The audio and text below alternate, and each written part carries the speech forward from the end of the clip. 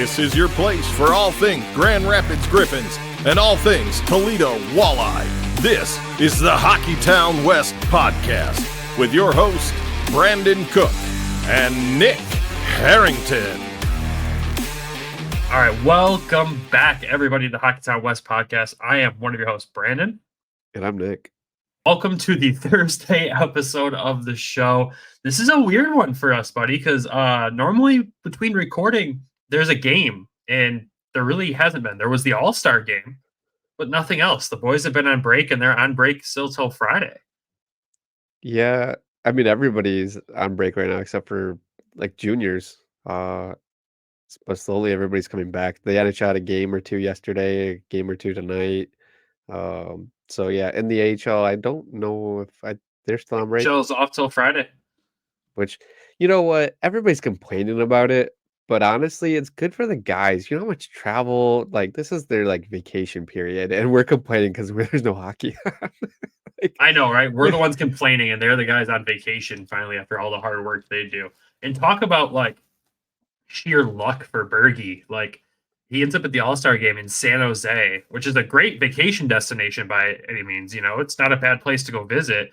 And the NHL guys had to go up to cold Toronto. So Bergie plays on Friday, gets Saturday off, goes and does All-Star stuff Sunday, Monday, and is in California already. He can go relax, do whatever before he has to come back to Grand Rapids and play on Friday. So, like, he kind of had the perfect setup, you know? Yeah, and I don't know if anybody else follows him, but he was over in Alcatraz Island the other day. He had posted, so he's sightseeing. He's enjoying it, and I think this was after the All-Star game, so it was like a day or two after. But I mean, if anybody deserves a break, that guy. I mean, we laugh and joke about how much Brogan Rafferty has to continue to commute, but there was that time in the beginning of the season, Bergie was up and back, like, up and down, up and down, up and down between the two teams. So he needs to take that time. Yeah, it's good for him. And then I know Bob mentioned on the last broadcast of the last game that a lot of the guys were staying in Grand Rapids or staying in Michigan. You know, they weren't doing any traveling really. I know you mentioned Lombardi's in Flint tonight at the Firebirds game. Yeah. And a lot of guys just stuck around, which, I mean, lucky them. The weather's been absolutely perfect this week if you're going to take a week off. I mean, tomorrow, 54 and sunny. Half the golf courses in the town are already open. Like, you know, there's guys golfing, like 100%. Oh, yeah. Getting the swing ready for Friday. It all worked out well for them. Hope they had a good All-Star break. Hope everyone else has found something to entertain themselves with that's, you know, not hockey for a little bit. But we do have an exciting stretch of games coming up this weekend against the Manitoba Moose. We got back-to-back with the Moose in Grand Rapids. How are you feeling about this, especially after our last Moose trip? So the Moose were desperate last time we played them, and they were on a 6-game losing streak or 8-game. They were on a huge losing streak, hadn't won a game.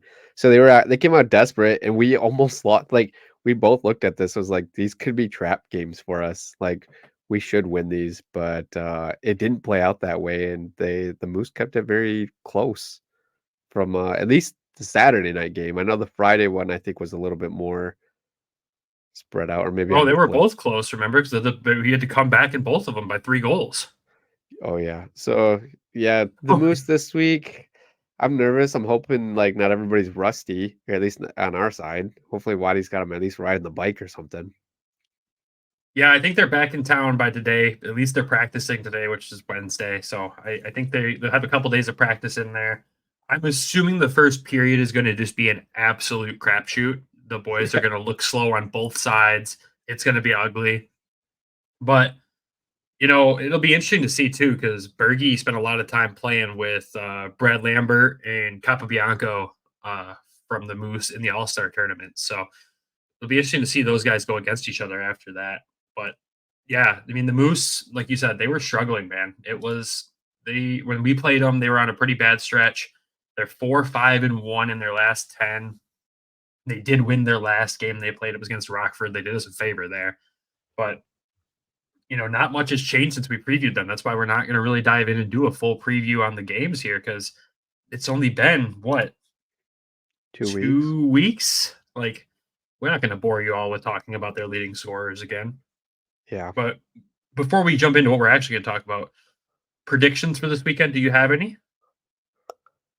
It's gonna be a fun time. Princess Night's Friday, I think, right? Saturday, I think. Saturday is the tea party. So uh last year we won the tea party game. This year we're gonna win the tea party game. Friday, I can't remember. It's just $2 beer, $2 hot dogs. Yep, I nothing mean, crazy going on there. it's crazy to think we're on a 7-game win streak right now, right? 7? Or are we on 8? We're 6 games, Se- but we've won 7 straight on the road. So 6 games, 1 in a row. The one loss before that was in overtime, so 7 in regulation. 7 in regulation. So I Or mean, we haven't lost in 7 regulation games. I'm sorry. it would be sick to go 9 to get both these. I know a lot of times they're looking to get the split, but to get 2 more to push this streak would be, I mean, come out of the All-Star break, you go on the All-Star break with a huge win streak. Like, hopefully, maybe they come back at the All-Star break and they're like, "We're at 0. You know, let's start the streak again, like over kind of thing." I hope that's kind of like the mindset. Um, and I hope they just go out and start it up. You know, get the 2. I got a good feeling about Friday too, because while we were talking there, I was just glancing. I'm like, I wonder what like the ticket situation looks like for Friday, because the past 2 games, there was a lot going on in Grand Rapids, and those games were pretty packed. And the entire lower bowl is almost sold out already, and the upper bowl is about half sold out for Friday night. With still 2 days to go, so it's usually a It's good like sign that Friday night's going to be a good time. it's like that for like almost the rest of the season. I moved our seats for a lot of the games or tried to like combine like extra tickets, and it's sold out a lot of the at least lower bowl for a lot of the games for the rest of the season. So uh, which is a good thing because we talked about this last year, is like the team was so bad, but we're still like tickets are still being sold, and like they're still filling up the arena. I'm wondering if we actually like have butts and seats the second half, you know? Like, You've watched too much Shoresy lately. I can tell you that right now. what are you talking about? I'm just saying, like, there was we looked at the attendance last year and we're like, it didn't feel like there was that many people, but like there was. They reported that much attendance, but I don't think people actually showed up, and they were giving away tickets a lot at about this time last season too. Yeah. Because the team responds to that too. I mean, honestly, they feel the energy. They want to perform when there's a crazy crowd in front of them or behind them. Oh, 100%. And it's always just more fun for everybody when it's a packed house, except for the beer line. That's the only part that really sucks. But That's what I was gonna say. that doesn't bother you. It don't, No. bothers only some of us. Yeah, man, it would be good to see the boys, if the boys can come away with 2 wins here again, extend the winning streak, man, go 6 to 8. It would be a lot more fun to sit down with our special guest on Sunday when we record Monday's episode and be able to introduce him as a guy playing on the team that's on a heater right now that's won 8 games in a row. Yeah. Like, Yeah, it's and he had a hand in the last one. So hopefully this it, weekend we're gonna just give him a podcast bump now. Uh he's gonna finish with like 4 goals, 2 assists. He's gonna be buzzing. Couple penalties drawn. if that's the case, man, like perfect timing for us. But Oh you yeah. know, we hope it goes well. Do we tell the people his name? Do we? Or I we just think leave it a hint? should we just like give him a hint?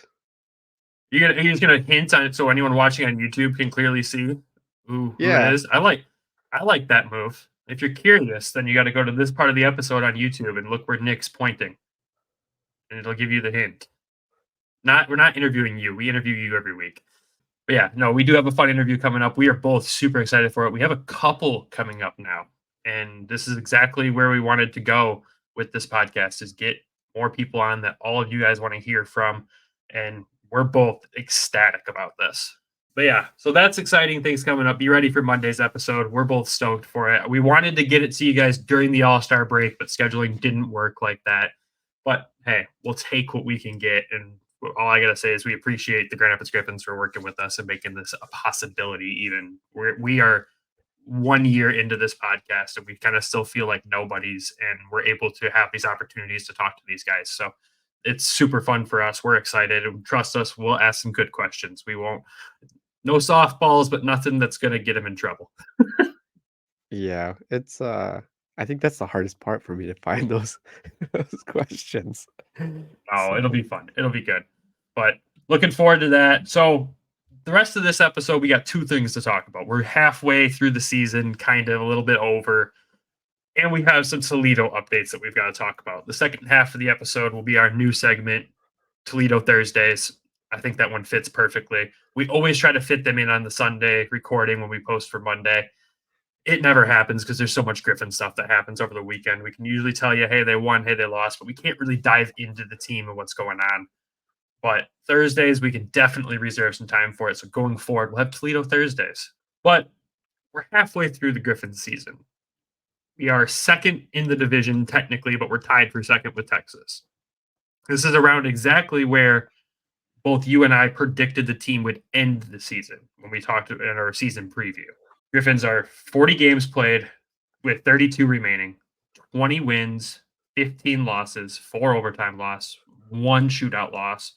So at a cool 45 points with a goal differential of 121 goals for to 116 against. So at this exact point right now, how do you feel about what has happened so far this season? So we knew that it was going to take time for them to gel. We knew that we had a ton of talent on this team. We have draft picks. We have a ton of people that have played in the well, yeah, played considerable amount of games in the NHL. Not just Bergie, but Sardik has, and so is Hutch. So I mean, Edvardson got a good run last year. So and then our journeyman too of like Brogan Rafferty. He's been in the NHL. But we've had a lot of like they brought in this veteran presence. They brought in Dan Watson. We knew it was going to take time to gel. I think we called this in the beginning of the season. It's going to take time. The first 2 games that we won, we were like, "Holy crap! This went unexpected, and we were good. Like we won, cool, excited." And then when we lost, like during the season, I think we went a stretch of like 7 straight road games we lost. Like we're like, okay. And we still had Bergie. Bergie kept flipping back and forth in the beginning of the season. So, like, we didn't come into this season expecting him to be on the team. We expected him to be in Detroit. So, for him to stay here, be on the heater that he has been, I think he's 2 points per game, kind of. I think that's where he lines up at right about now. He's a 1.10 points per game. Okay, so almost 2. He's got a little ways to go for 2, but Yeah, I get what you're saying. But yeah, he's I mean, producing the way he is. Simon was a surprise as well for a lot of people. They expected him with the call-ups last year being up in Detroit. So for this team to respond and have the players that they do, who's still showing up, they're still performing, they're still putting up points. And the injuries that we've had, where like Taro was out for a little bit. We've had Matt Luff has been he still hasn't come back. And a couple guys have kind of rotated as well, but we knew it was going to take time for this team to gel. Like plain and simple, we knew it was going to take time to adjust to the system, to gel. We saw a lot of turnovers, but as the weeks continued to go, the team really did gel. The team really did come together, and we knew it was going to take time for Kosa as well to get going too. But he's been on a heater. Like everything is falling exactly what we told everybody in the beginning. I'm not trying to say I told you so, but like if you go back through, we knew it was going to take time. We knew how Dan Watson coached last year in Toledo, and it's a direct reflection of what he's been able to do here in Grand Rapids. As a first year coach, it's impressive to me. Like first year in in this league, it's impressive to me. And everything we've like complained about, it's been fixed the next game or the next weekend. And we don't typically see the same mistakes continually through. We're literally always improving each week, it seems like. So to be where we're at right now, we have a game on hand on Texas and on Rockford. And like you said, Brandon, we're tied with points with Texas. And Rockford, we've got quick math, 7-point lead on. I mean, this is looking good. Like I'm thinking playoffs. I'm like, when are the playoffs going to start? How much are they going to be? Like I've got that in my head, and I have to like budget and plan accordingly for the rest of the season because this team is. I don't think it's going to fall off I think they're trending in the right way, barring injury, barring call-ups. Like this team is completely different from last year too. Like we had so many call-ups back and forth between Toledo to Grand Rapids, from Grand Rapids to Detroit, and like the team is set up really well. Like the other thing too is the veterans. Like we were kind of nervous about the veterans. Like, is this the right group of people like with the team? They kind of proved it. The veterans started kicking in the gear. That's a good summary of the season so far. I mean, again, like you mentioned one thing, we had a stretch where we lost 7 games or so in a row on the road. Like we could not get a win on the road. I don't think we got our first road win, until Like the it end was of November November. 4th. November Okay. 4th. The season started on October 13th, and November 4th is what it took us to get our first win on the road. So that was a 4-game losing streak on the road before we got that one. And then again, the next couple road trips, I mean, we went on a 5-game road losing streak right after that. So all of a sudden at this point, you've played 9 games on the road and you've won 1. That Yeah. was rough for us. And I have to point out too, we're 40 games in, 21 of our first 40 were on the road. So when you're It's a good struggling on split. the road like that, you're going to put yourself in a hole.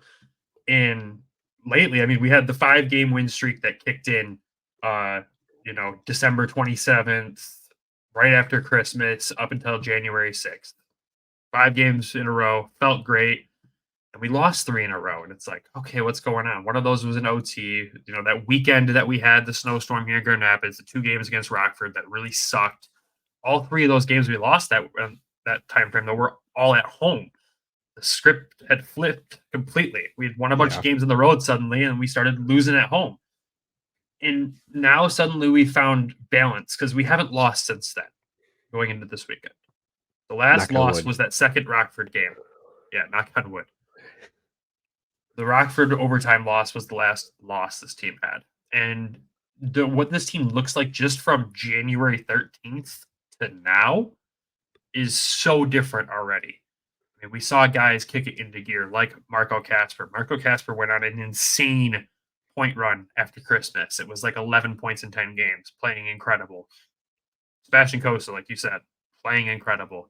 Yes, the season started ugly, but the right guys kicked it in at the right time.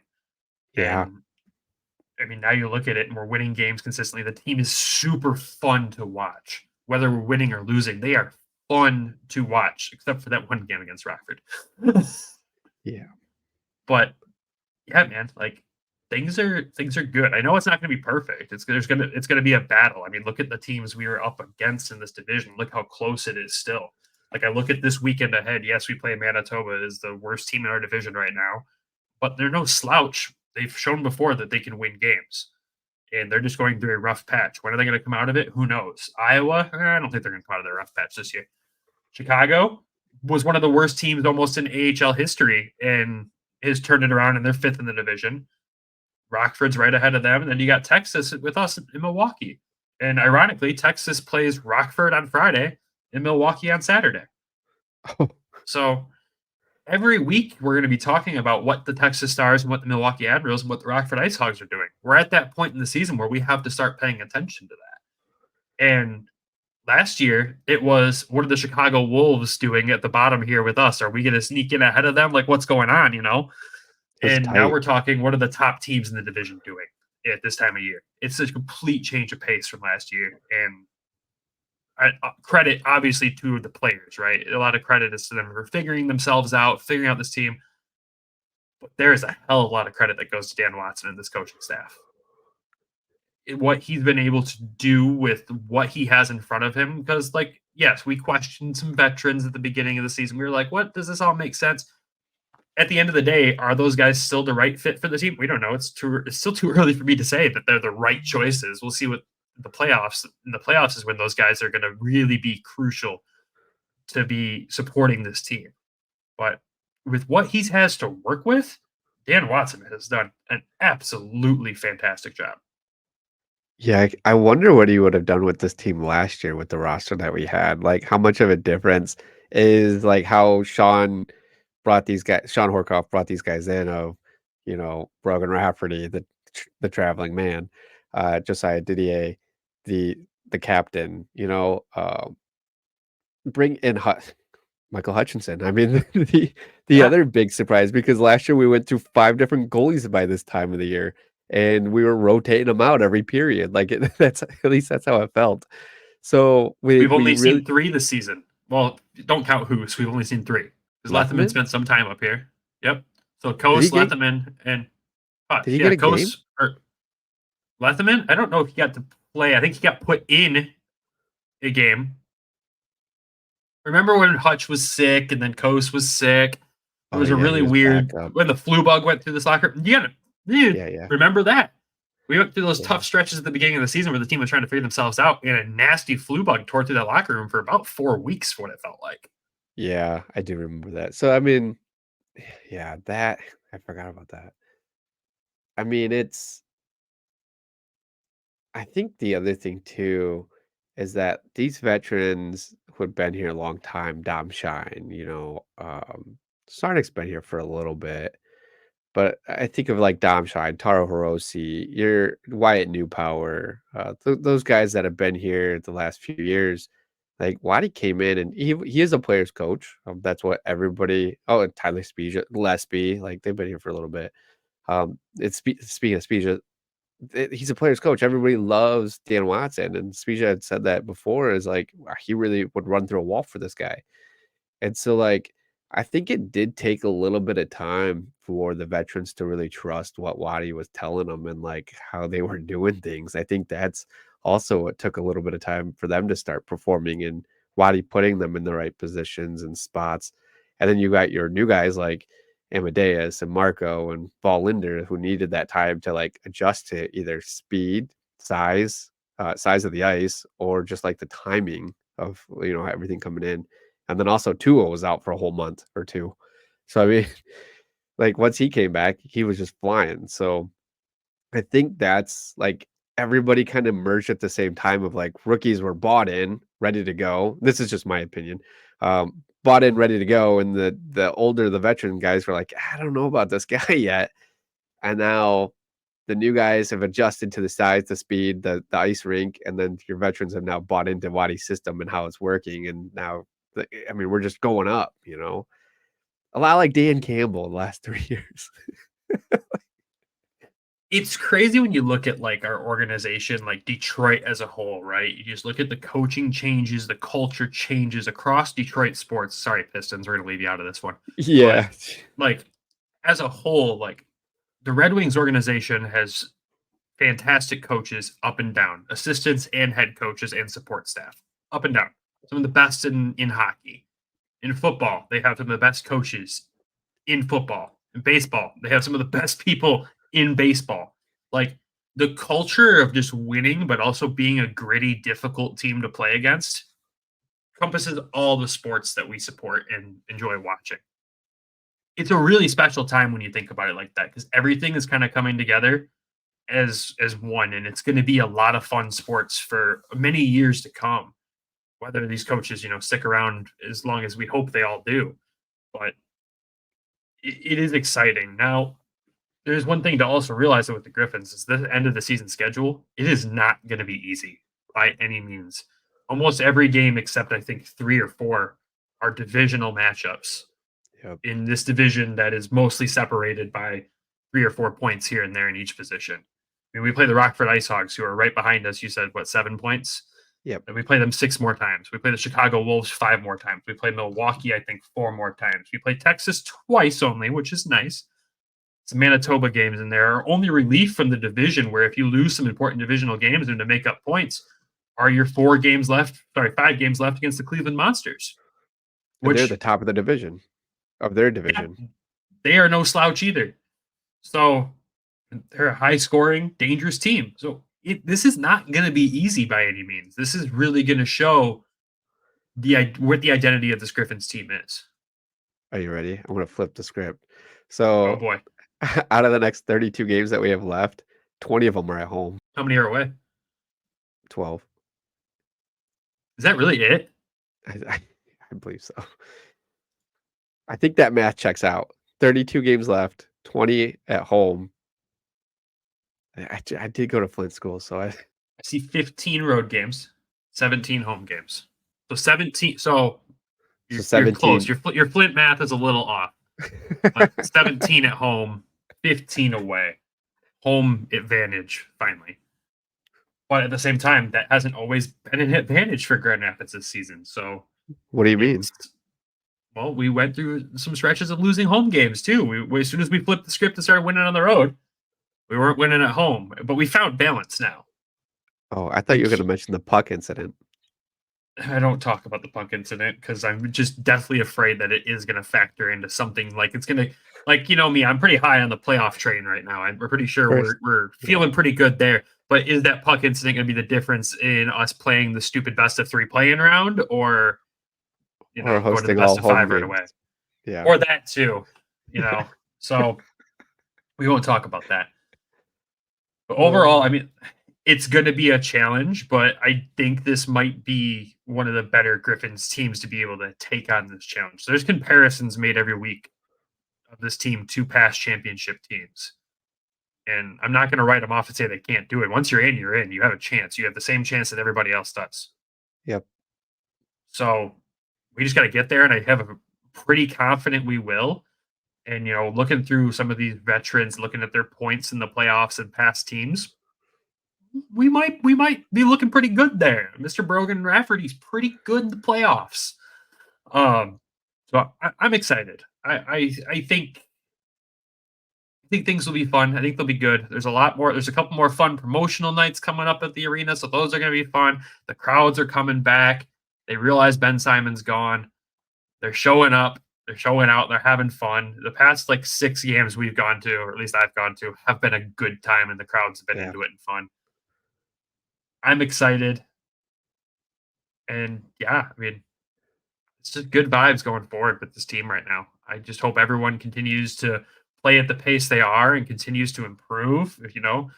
If we're lucky enough to carry guys like Simon Edmondson and Jonathan Berggren all the way to the end here, that's even better for us. If Casper can continue to play well, great. If Mazer can continue to heat up, fantastic.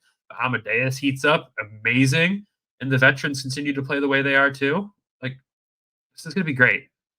It's going to come down to goaltending, and I think we're in really good hands on that end. Yeah, Which is crazy. I would say that as well. As long as Costa and Hutch can stay consistent, I'm not asking for out of the world numbers like Costa's been putting up, but I mean, if he's staying steady and consistent, I think this team does have a chance to go pretty far. I mean, it's crazy. It's exciting. I can't wait for Monday's episode though. After we lose both games this weekend, and we're like, fives are back to a down low. No, No, they still won't be low. Because at the same time, Manitoba's no slouch. They no. took us to 3-goal comebacks in both games we played against them in Manitoba. Last time they were in Grand Rapids, it wasn't a fun time, but this is a different team. The craziest part is too, like I said, I feel like, we just played them 2 weeks ago. Yeah. I feel like the team they played 2 weeks ago is completely different already. Why? The Griffins are completely different than the team they were 2 weeks ago already. Just in how much they've grown in 2 weeks. How they grow and improve game by game, like you were mentioning, it's fantastic. When we watched Ben Simon coach this team last year, we would complain about something left and right for weeks and weeks and weeks, and then all of a sudden something would maybe change a little bit, and then they'd fall right back into that same terrible habit. Every time we're like, wow, that game, this is what stood out to us. It might just be blatantly obvious for everybody, but this is what stood out to us. And Dan Watson's already ahead of that. He identified it. He saw what that was. He's not taking the advice from us. Trust us. I'm sure he's not. But at the same time, he's already seeing these things ahead of time, has a plan in place, puts the plan in place, and goes and runs with it. And they make improvements. We watched them have 3 terrible starts in a row, and then we watched them come out the last 3 games and have amazing starts. In the 3-game period, they figured out how to play as a team in the first period and the second period already again. So we're in good hands. I'm so excited. I'm excited. My question to you, though, is who do you think, based on how it is right now, and I'm not talking about the top guys on the team, your top point getters, who do you think is going to be the most improved player on this team by the end of the season? Sebastian Kosa. That's a good pick. That's It's a really my good pick. MVP. That's probably my most improved player. Coast is a good choice. You Think you could put Marco Casper there. I know he's I just already took the improved so much. That's just an yeah. easy one, right? I'm trying to think. Like I look down the line, I'm like, who's going to turn it around? Not that they're playing bad right now, but who's going to start hitting that, going towards that ceiling that we expect them to get to? Amadeus Lombardi. And I think Amadeus definitely has a chance. Again, I think I'm going to go a little out of left field here Dan and Watson. say no, William Vollinder. Yeah, that's a good pick too. I think you see a second half of the season from him that blows the first half of the season out of the water. I think he's really beginning to figure the AHL out, and I think we're going to see something special. I mean, right now, so we can go back and look at this at the end of the season. He's 38 games played, 3 goals, 4 assists, 7 points. He's a +1. Only had 8 penalty minutes on the season. I see him hitting the 20 to 25 point space this season as a defenseman in his first year in the AHL. I'm looking at his stats. I'm looking at 2-0 stats as well. They both have the chance to do that, but I think Vollinder has a breakout second half of the season. Yeah. Do you think he ends up playing like Vero did at the end of the last season? Yeah, that's kind of what I feel like is going to happen here. I could see that. Because like as this lineup comes back together, we're going to see shifts and changes. Like there's going to be changes. Like you got to fit a Matt Luff in, you got to fit a Lesperance back in, and there's going to be changes on the top end. But the defensive end is pretty much figured out. We have a surplus of them. Are we carrying them the whole season, or are we someone going to Toledo, whatnot? Somebody going to Detroit? Right, it's a possibility. So I think either way, Vollinder is going to have a consistent role over and over that he's going to be able to grow and improve on. I think the second half of the season is going to be big for him. I do too. I think you're right. I mean, there's going to be movement at some point. I mean, I wanted to kind of touch on this as I listened to Groundline yesterday, and they were kind of they were right there in line with what you and I were thinking was if they trade. They were looking at people that have been in the trade talks for Detroit, and Shane Gostisbehere was one, and they're like, "Holy crap, his plus minus is terrible," which they know plus minus is not the all end all be all, but when you look at outliers, like it stands out, and he's been like this all season, and people have not been screaming his name as loud as I have. I'm just going to toot my own horn this entire episode, but clearly. So they're like, if they trade him, do we look at bringing up Albert Johansson, give him his 9 games, let him play, and then send him back down to? Oh, they had this discussion too. They had this discussion. So I was like, oh, interesting. We thought the same thing. So it was kind of funny. He did his ours. No. They were there. Like ours was respectful. It was a good conversation. But anyways.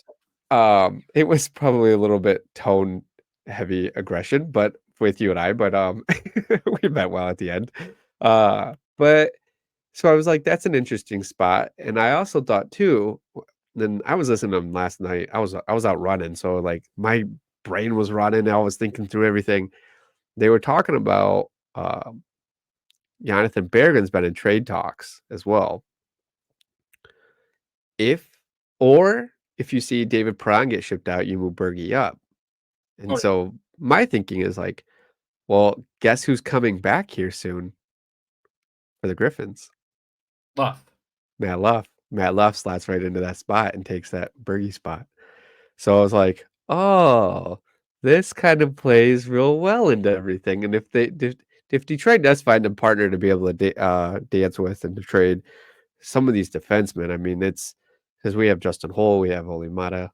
I love you, Ali, but it's like all these like depth defensive partners, and it's just like trying to trade some of these guys that we have to be able to move up people from the roster. But I'm still not agreeing with you on doing the trades to bring these guys up for us to lose playoffs positions. But I'm like the 9 games make sense for Albert. Yeah.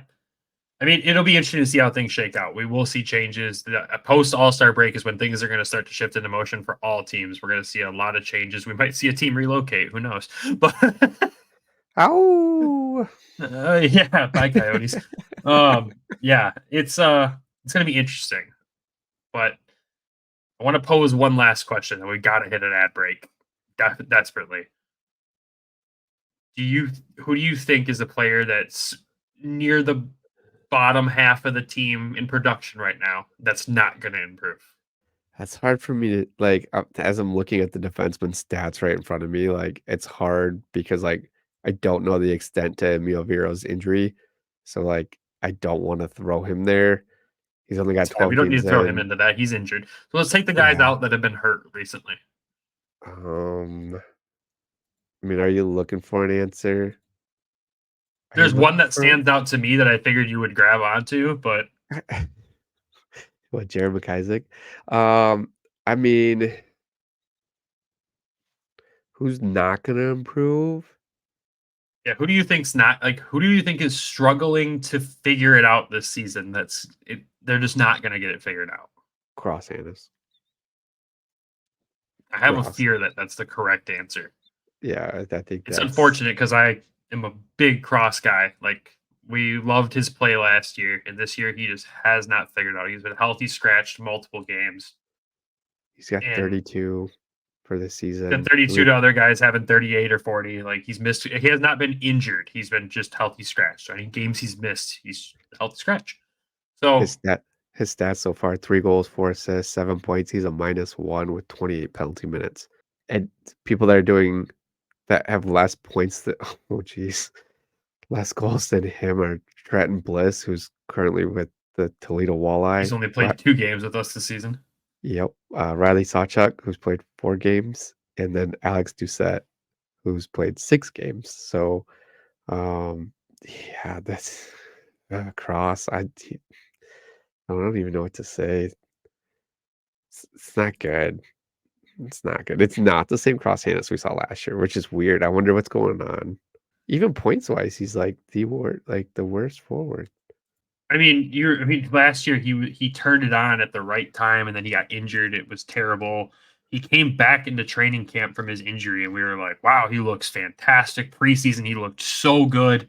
And in Grand Rapids, he has not figured it out. I mean, a perfect comparison. Look at last year: 30 games played, 9 goals, 8 assists, 17 points, 22 penalty minutes. Got 2 more games played this year, 7 points. He's still 10 shy of where he was at 30 games last year. He's projected to play 64 and still only get to 14 points and not hit where he hit last year. It's so weird. And what I'm hoping for everyone listening that's happening right now is there's a habit of we talk crap about somebody on this podcast and their performance, and they go on a freaking heater. So Cross, it's not us being negative. We want you to succeed. And hopefully he figures it out, man. I don't think it's crap. I don't think we talk crap about players. No, it's just statistics, right? Yeah, we just point out the outliers. But I mean, you go from a kid who played. I mean, he came from the WHL. He played with in Portland, where Nate Danielson is right now. They're an offensive powerhouse team. They always have been. But he had 86 points in 63 games with them, and he hasn't broken 20 in the pros yet. That's concerning. It's concerning, but well, you know, it is really concerning. He's a second-round draft pick. 86 points in the WHL. Hasn't passed 17 in the pros.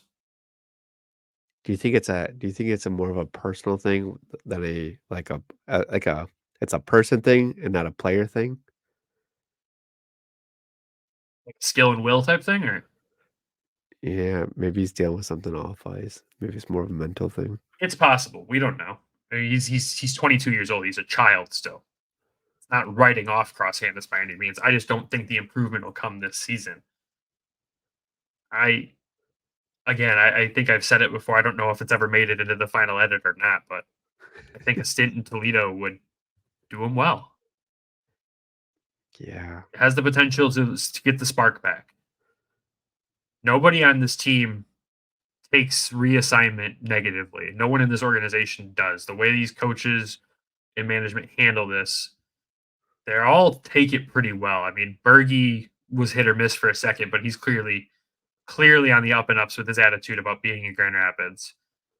I think if you approach it with Cross, you're like, hey, look, you're not sitting in the press box, but you're going to go play in Toledo and go play 5-10 games down there. Qualify him for the playoffs down there. You know what I mean? Yeah, and maybe Toledo needs a guy right now too at the stretch that they kind of gone through. Yeah, we'll get to that after the ad break here. They've had a rough go around.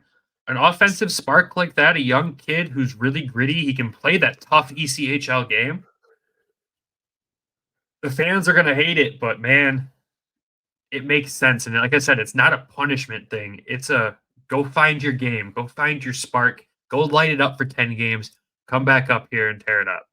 Go get your mojo back. Yeah, that's all it is, man. His last goal, you saw the monkey off the back celebration, and the monkey jumped right back on. Like, it sucks. It It was a sucks. gorilla. Not much Dude, of a it monkey. is. Like, King Kong over there. My God.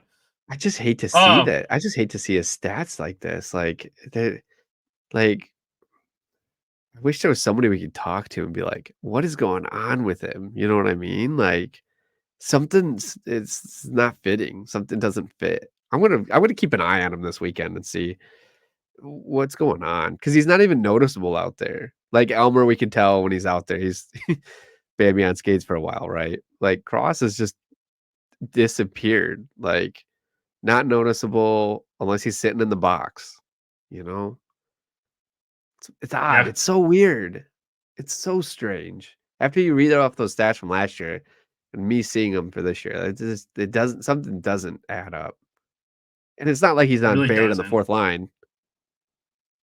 It's not like he's usually second or third. Third or fourth now, but Yeah, still. well, as he should. But there's guys on those lines figuring it out who've Yeah. obviously played in the AHL a lot longer. They figured out this league. Like, I don't know. Again, So weird. not a punishment, but I think a Toledo move for 5-10 games is a great move. If that's even possible. I don't know what his contract looks like. I'm assuming it's possible, but who knows? Anyways, I think that's enough for the Griffins midseason. We're overall very happy with where the Griffins are midseason. We are super pumped, and we can't wait to see what the rest of the season brings. I know you're excited. I'm excited. I know it's going to bring big things for us, big things for the team. I just want the city to have a playoff team again, man. That's all I want. What we deserve. What would you give the rating for this team overall? A+, gold star, couple gold I'm going to stars. say if you do a letter grade, I'm going to go a solid B. Solid B. It ain't perfect. It ain't in the A category yet. I'd say a solid B. What? You disagree? Yeah, you're crazy. All right. What do you think? What do you think the letter grade should be? I would put an A. You put an A. It's not like full A, full blown, not an A minus, Yeah, not a B plus, full A. the full A. See, I look at it and I go like Milwaukee right now. They get an A, A minus, A to A minus. Cleveland, they get an A minus. Hershey gets an A. Hershey is the standard. Hershey is a 36 win, 8 loss team. God, that's insane. To say that out loud, that's insane. 36 wins, 8 losses. That is pretty crazy. We are a 20 win, 15 loss team. It is a solid B. And I don't think anyone in the organization would be mad about a B right now. I am. There's plenty of time for extra credit to get that grade back up. But a B, man, I think that's with where we were last year. This time last year, we were like D. That's what I'm saying. Compared to last year, this team, I'm not comparing it to. I'm not doing a comparison Hershey. grade. I'm talking about overall what their grade on the season would be. Yeah, a B, 100%. Met standards. That's it. If it was an A, things would be a lot different. lot different. Your A teams have single-digit losses in the season. I feel like you That is spent the too much time standard. with Terrence. We don't say that name on this podcast. I think you spent too much time with Terrence. Yeah, I think their expectations of a rookie coach, rookie. I'll give him a B+ just because you pressured me. All right. Well, there's our letter grade. There's our midseason recap of the Griffins. Let's hit this ad break. So send it over to DraftKings. When we come back, we will talk all things Toledo Walleye.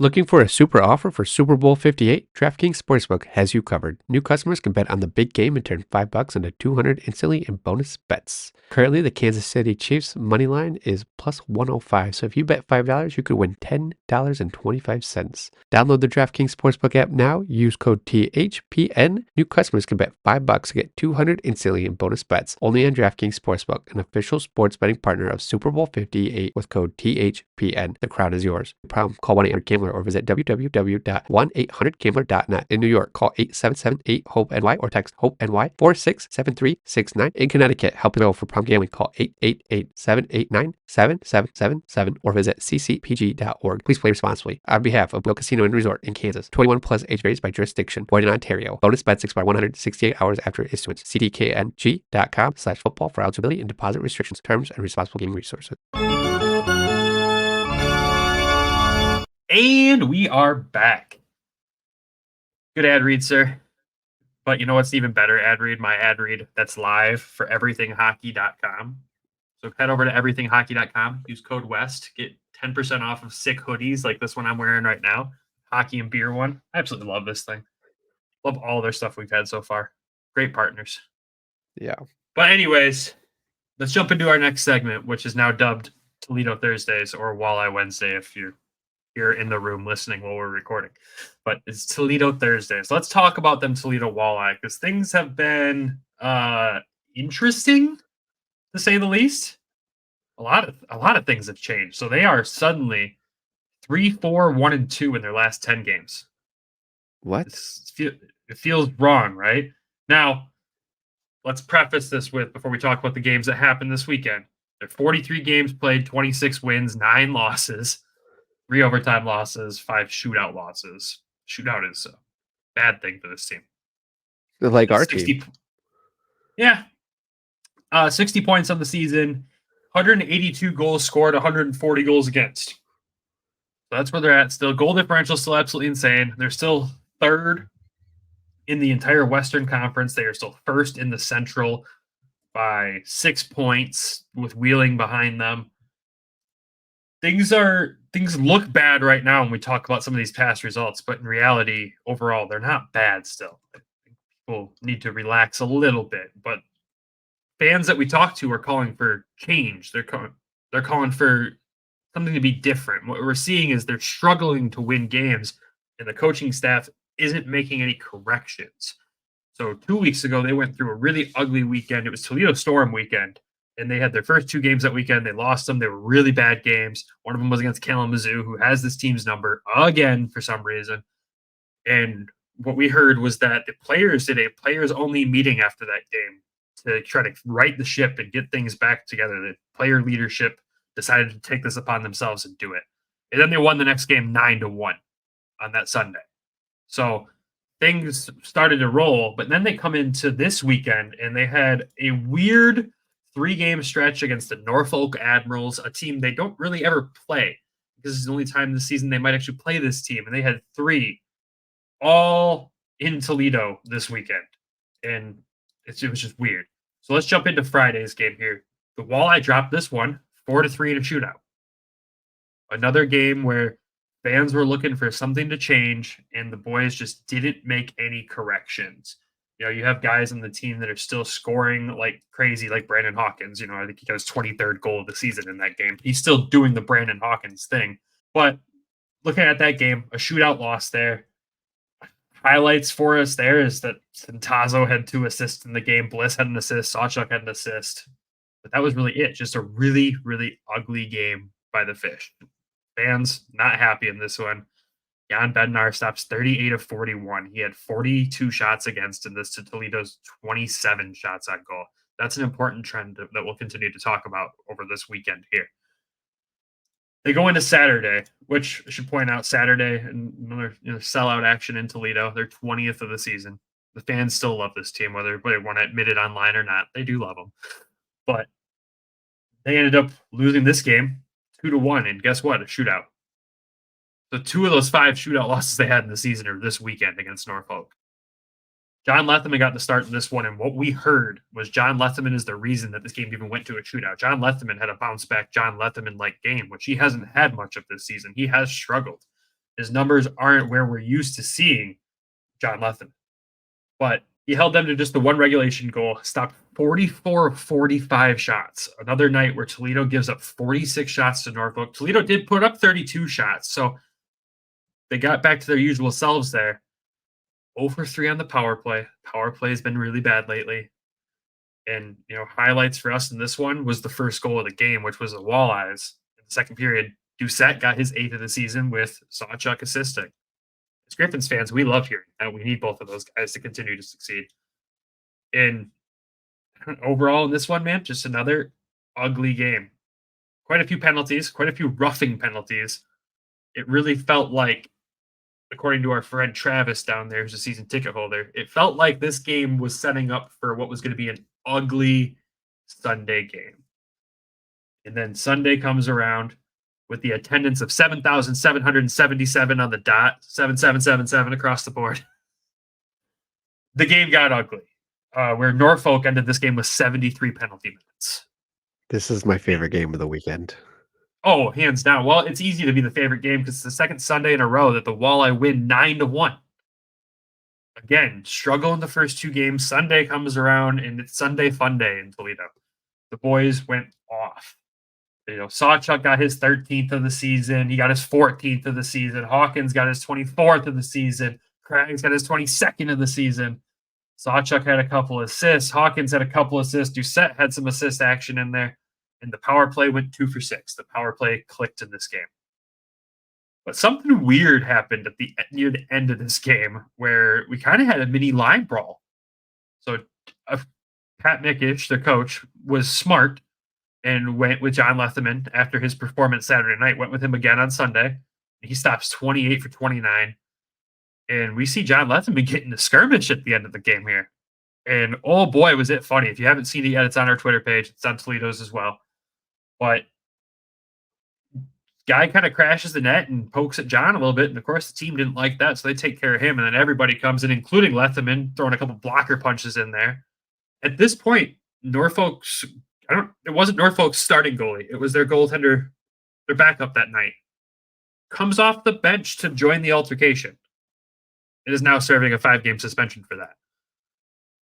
And their coach has also got a 1-game suspension as well. So this game went off the rails so quick. Like, I'm looking at the third period here, and at the 20-minute mark of the period, you have a roughing penalty, a game misconduct for leaving the bench. That's the goalie. Another fighting penalty, a roughing, a double minor for roughing, a cross-checking minor, a fighting major.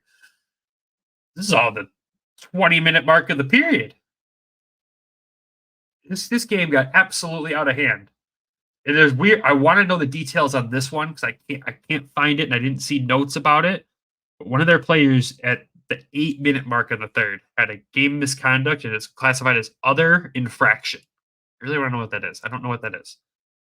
But going through the actual penalty stat sheets here, there's also a funny one. That's a helmet violation. We haven't seen many of those ever called, but there's a helmet violation. But I see one misconduct, another misconduct, an unsportsmanlike conduct, a misconduct, a game misconduct, a misconduct, a game misconduct.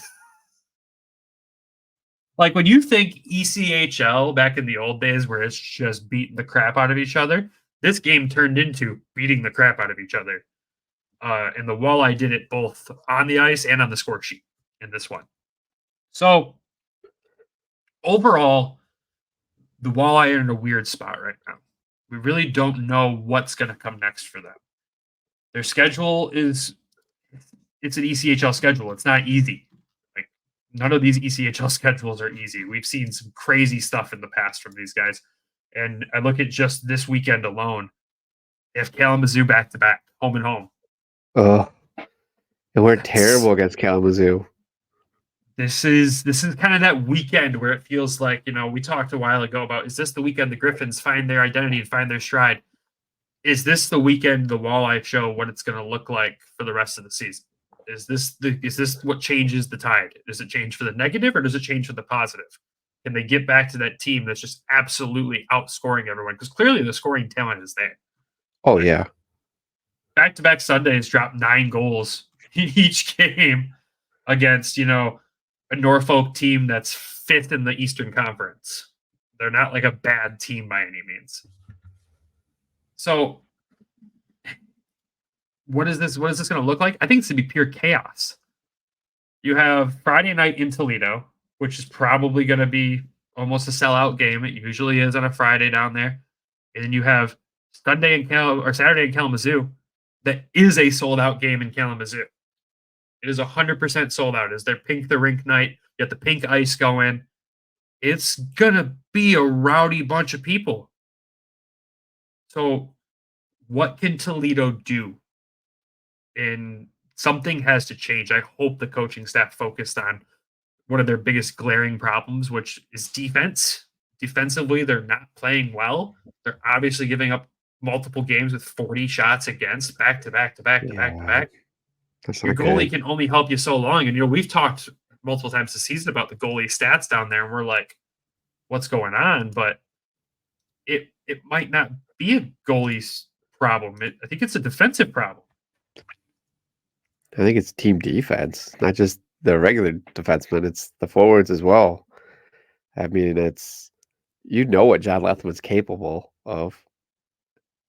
He Oh, can yeah. steal games. He played last year for you. Like he was the goalie of the year. ECHL goal of the year. Yeah. Like you can't continue to let him bombard with 44 shots per game. Like that's got to be fixed quick. And I don't know. It's so weird. Like the entire organization's playing the same system, so it's not a system change. I don't think. I mean, you're gonna have roster changes and stuff through the ECHL. It's gonna disrupt, but a lot of those same guys are the core guys from last year. If I mean, from what I remember, I don't, and I apologize. I don't follow Toledo as well as I cover like Detroit or Grand Rapids. So but like some of these names look familiar each week. Centazzo. You've got, and we know Doucette, Riley are down there as well. So, uh, yeah, that's a lot of shots to be given up. It's so weird. Yeah, and I was just glancing while you were talking there too, trying to just like do some comparisons between like shots against for the goalies in Grand Rapids to down there, and Pretty there's even. not a ton of it. No, it's they're substantial. So John Lethman has faced 611 shots in 22 games. Jan Bednar has faced 574 in 21. In comparison, Sebastian Costa has faced 511 in 20, and Michael Hutchinson's faced 471 in 20. So it's not that much different, but there's 100 shots between them, each one. Like that's a lot Yeah. in hockey. That's a lot. 100 shots is a lot. So they've I got to mean, clean it up defensively, and the power play's got to get back to what they're good at doing. I mean, I don't understand what is happening there. you think they're cheating too much? Like, I don't know. Like, if they're cheating too much for offense, not playing the You mean like, defense. oh, like leaving them kind of hung out to dry a little bit? Yeah. It's possible. I would need to physically watch a few more games for that, but it's Yeah. definitely possible. It's hard for us because they don't televise. Like, it's hard. It is hard, and our buddy Travis down there does a great job of keeping us informed too. He's talked multiple times that the power play is, ugh. I guess the only, like a positive to pull out of this, because I don't want to like not talk about it I don't want to talk about them just negatively. I mean, they're on a 4-game point streak because of all the Yeah. shootouts. Like, again, like we said, they're 26-9 on the season plus some overtime and shootout losses. They have a 60.5% win percentage on the season. Like, So this is where you're power rolling out play, an A? Are you giving them an A right now for the season? Toledo themselves, Yeah. I can't give a letter grade for that. If I'm going based off record alone, I'd say A minus for sure. Dude, Toledo's a wagon still. Like, yes, they've had a bad stretch of games. They are a wagon though. But I mean, you got to talk power play percentage. They're still 27.1% on the power play, and they're How's that rank in the league? 82.4% on the PK. How do they rank in the league with those? So the ECHL site's weird, and I can't really rank the league. But I'm going to pull a random team and say Kalamazoo because they struggle against them, right? And this is why this is such a strange thing. I'm going to go through all the stats here for you, top to bottom. Goals scored: Toledo 182, Kalamazoo 123. Shorthanded goals: Toledo has 7 on the season to Kalamazoo's 3. Power play: Toledo 27%, Kalamazoo 15%. Kalamazoo's got the edge on the penalty kill at 84% to Toledo's 82. Why do we suck against this team? It's like Detroit and Ottawa. Just cannot beat that team. Right? That's what it does feel like. It's super weird that it's like that, but that's almost exactly what it feels like. I don't understand. And I think a lot of the fans down there don't understand as well. Like, the expectations for this team, we got to put the expectations are high. The expectations are Kelly Cup or nothing. Like, that's what people want. And when you look at the way they played the last 10 games, you're like, oh, that's not the greatest thing in the world, but you're still rolling with a single-digit loss team whose goal differential is it's 42 goals positive. Like, for some reason, we struggle against, the team that's 5th in the division. We just happen to have played them a lot lately. I mean, Kalamazoo's got 21 wins on the season. I wonder how many of those are against the Walleye. Probably 10. It's what it's starting to feel like.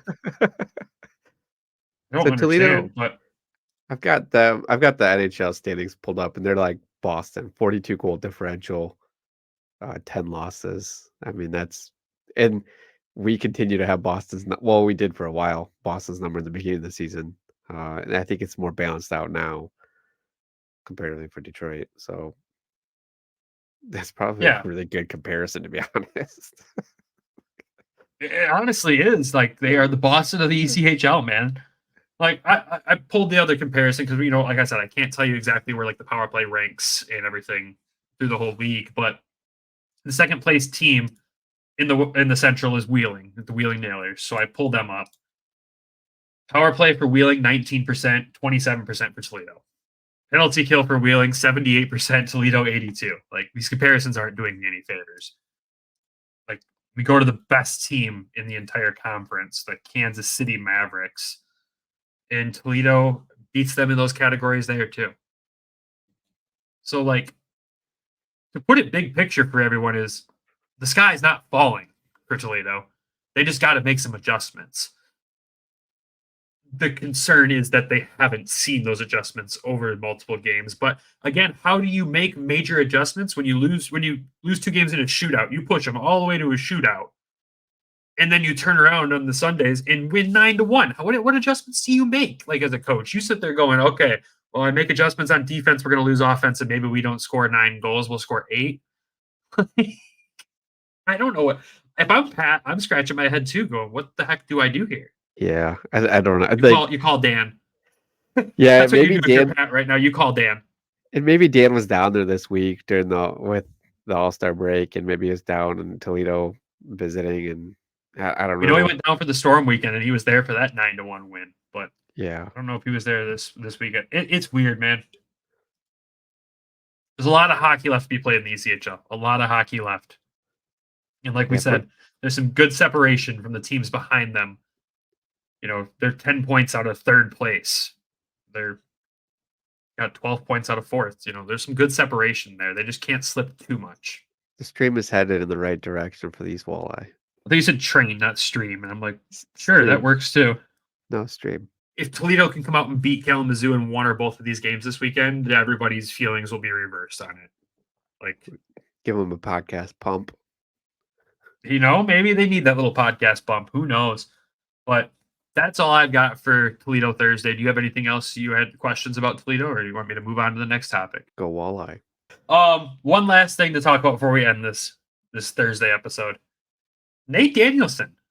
I got to give him a little bit of time here. Red Wings top draft pick of last season, the guy who borderline almost made the dang team this season. Since his trade to Portland from the Brandon Wheat Kings, has kind of been an offensive wagon. He's only got 3 goals in the 10 games he's played. He's got 10 assists, though. He's at 13 points. To put that in perspective, when he was in Brandon for 26 games, 12 goals, 14 points, 26 assists. He is well on pace to outdo that. And that team is ridiculous. I mean, there's multiple games since he's gotten there now. I'm seeing that team win like 11-1, 8-1, 8-2, 11-1. Like, the team's going to be fun to watch in maybe the Memorial Cup in Saginaw. Are you hinting towards something later? That would be sweet. That would be sweet. I would really like that. I mean, we're going to one of those games, no matter what. But I think two of them. But to see if Nate was there too, that would make it even sweeter for us. So I just wanted to bring that up though, because he's a guy we don't know where he's going to end up next year. Is he going to make that leap straight to Detroit and cause complete chaos up and down the lineup at this point with guys who were playing here that wanted to go there next? Who knows? But there's also a part of us that feels that we know Steve Yzerman's really patient with his prospects, and we could see him in Grand Rapids for a little bit. So he's a guy we'll continue to keep an eye on, talk about here and there. We're not going to start covering the Portland Winterhawks like we covered the Flint Firebirds when Lombardi was there. We're not going to do that. But when we see good updates, we'll throw them out there every once in a while. So, I mean, yeah, outside of that, anything else you wanted to talk about this week? No, just, no, I'm good. Nothing else to add. Cool. Excited for the weekend. Yeah, very excited for this weekend. 2 games, Griffins versus Manitoba Moose, Friday, Saturday. Follow along with us on Twitter. We'll do our best to update. It's really hard for us to update them while we're at the games too, but we'll do our best to keep it updated for everybody. But outside of that, that wraps up the Thursday episode. Thank you all for listening. Shout out to the Hockey Podcast Network for being amazing partners to us. Shout out to DraftKings for being great sponsors and Everything Hockey. Again, go to everythinghockey.com. Use code WEST to get 10% off your order there. Helps out the show. We appreciate it. With that, though, I think you have some Patreon people to thank. Yes. Thank you, Randy Zick and Michael Asante, for your donations. It does help us immensely to be able to continue to do this. And we've got some pretty cool interviews set up moving forward. So excited for those. Yeah, good stuff coming. But with that, everybody have a fantastic weekend. Go Griffins, go Walleye, go Wings, because the Wings will be back in action too. And we will talk to you all with our special guest on Monday. Have a good weekend, everybody. Love you. Bye.